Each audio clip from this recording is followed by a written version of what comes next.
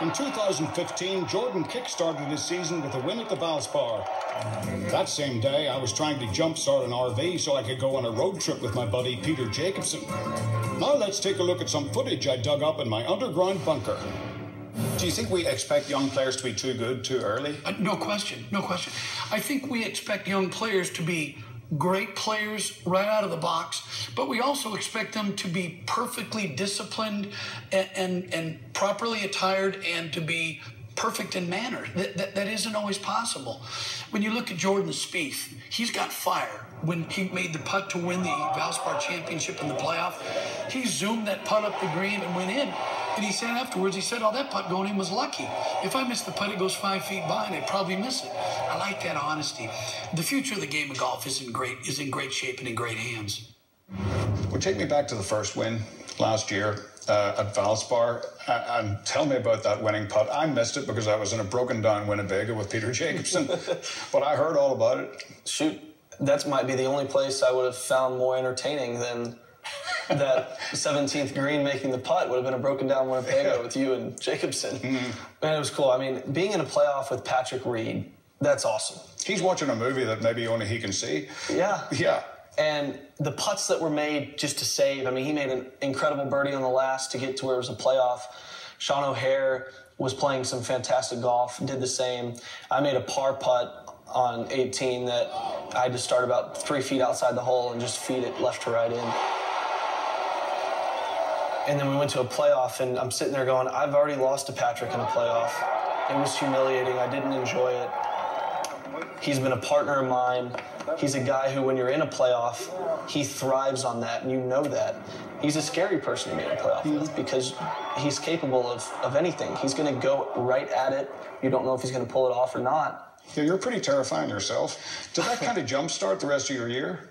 I really learned how to close at the Australian Open and Tigers event at the end of 2014.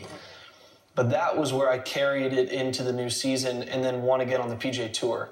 I mean, I only had one PGA Tour win by then. There was enough hype around me to where people were saying, he's got one PGA Tour win. He's maybe a bit overrated. You know, wait and see what happens when he can close. Because not a lot of people paid attention to the Australian or Tigers event, or at least gave credit for it. That one validated that I can make that 20-footer to close and be the walk-off fist pumps of celebration. And what a cool moment it was, especially at the right time leading into the Masters. Jordan carried some big momentum to Augusta and beyond. He added 3 seconds and a third to the Masters win, headed into the US Open with supreme confidence in his game, but some nagging doubts about Chambers Bay. That was a different course. It was, and it was a course that, it's funny, I played the US Amateur at Chambers Bay.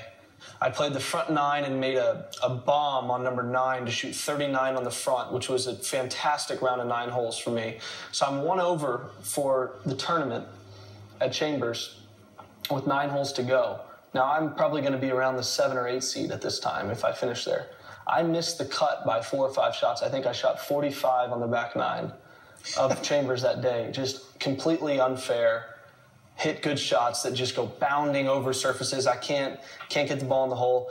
And after that, I swore that even if I qualified for the US Open, I would not come back and play it. Oh, really? That day. Because I had such a bad experience on that back 9 that day. It was the worst 9 holes I've ever played. And I said I'd never, ever go play the US Open there. Of course, it ends up happening like it did. Jordan has to face his demons and return to Chambers Bay. I already know what to expect. I've gotten my frustrations out with the difficulty of the greens. And he lets us all know just how he feels about it. It's the dumbest hole I've ever played in my life. All when Faherty continues on Golf Channel.